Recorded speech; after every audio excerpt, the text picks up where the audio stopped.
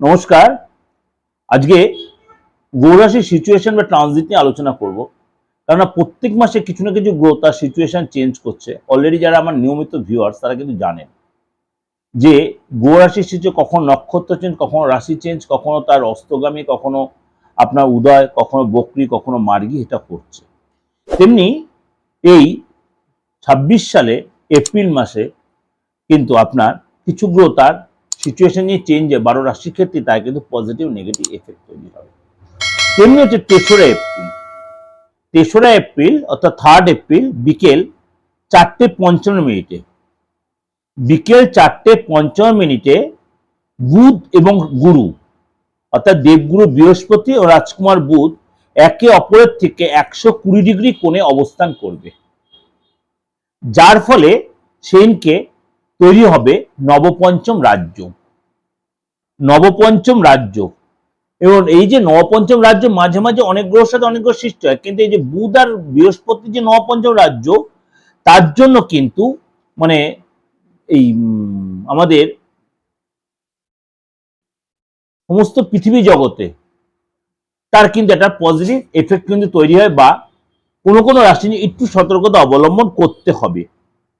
এই সময় বুধ আপনার কুম্ভ রাশিতে বিরাজ করছে এবং বুধ এবং গুরুর এই নবপঞ্চম রাজযোগ তৈরি হবে, যার ফলে 12 রাশির ক্ষেত্রে যেটা আপনাকে বললাম তার কিন্তু এফেক্ট হবে।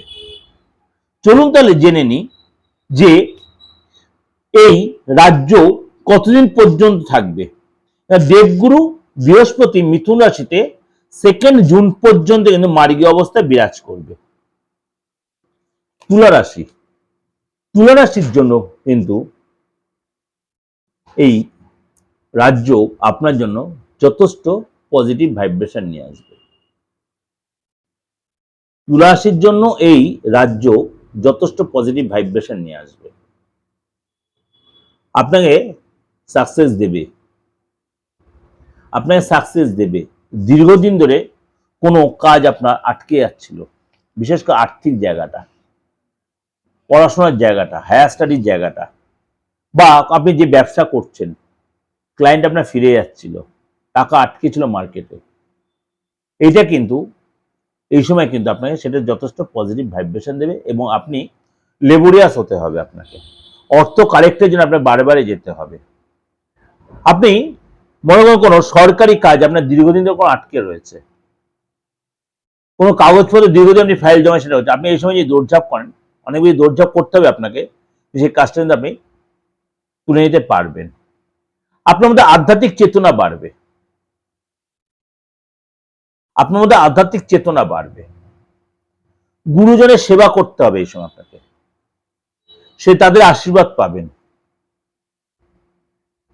এবং এই সময় আপনি যদি কোনো মানি মার্কেটিং এ, বিশেষ করে সরকারি কোনো মানি মার্কেটিং যে আপনি ইনভলভ এগোতে পারেন, সিকিউর মানি মার্কেটিং যাকে বলে, সেখানে কিন্তু আপনি লাভবান হবেন। একটু দেখে শুনে আপনাকে যাচাই করে এগোতে হবে, সেটা আপনার জন্য যথেষ্ট সেটা পজিটিভ দেবে। আপনি এই সময় কোন তীর্থস্থানে, কোনো তীর্থে, নদী পাহাড়ে ঘুরতে যেতে পারেন। এই সময় ফ্যামিলি লোকের সাথে অনেকটা সময় কাটাবেন, বা আপনি হয়তো বাইরে কোথাও রয়েছেন, এসে আপনি দেশে ফিরতে পারেন। নিজের বাবা বা দেশের বাইরে, দেশের সম্পত্তি প্রাপ্তি হবে, সেখানে অনেকটা সময় কাটালেন, কোনো সম্পত্তি দেশের বাইরে থেকে সম্পত্তি কিনলেন, সম্পত্তি কেনার ভালো যোগ এটা আপনার জন্য, ইনভেস্ট করার ভালো সময় এটা।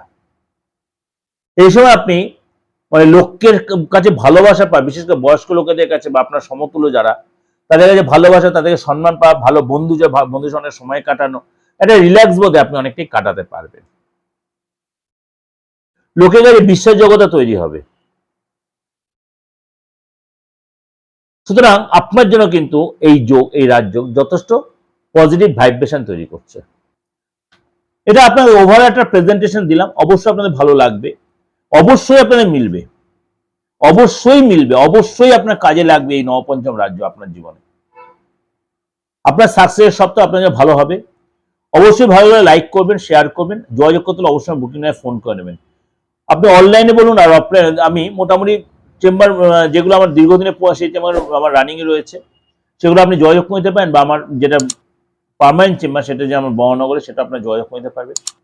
এছাড়া অনলাইন কনসালটেন্সি কিন্তু আমার অল ওভার ইন্ডিয়ার জন্য চালু রয়েছে, অল ওভার ইন্ডিয়ার জন্য। এবং আপনার বাইরের স্টেটের যারা আমার সাথে যোগাযোগ করতে পারছেন অনলাইনে, তারা কিন্তু যেরকম যোগাযোগ হয় তেমনি যোগাযোগ করে আমাদের সার্ভিসটা নিতে পারবে। তার জন্য কি করতে হবে, আপনার রিসেন্ট সেলফি তুলে পাঠাবেন, হাতের ছবিটা তুলে একদম ক্লিয়ার হাতের ছবিটা অ্যান্ড্রয়েড তুলে ছবি তুলে পাঠাবেন, আর অবশ্যই ফিসটা দেবেন। আর আপনার ডেট অফ বার্থ থাকলে ভালো, না থাকলেও কোনো অসুবিধা নেই, ক্লিয়ার আপনি প্রেডিকশনটা পেয়ে যাবেন। ভালো থাকবেন, নমস্কার।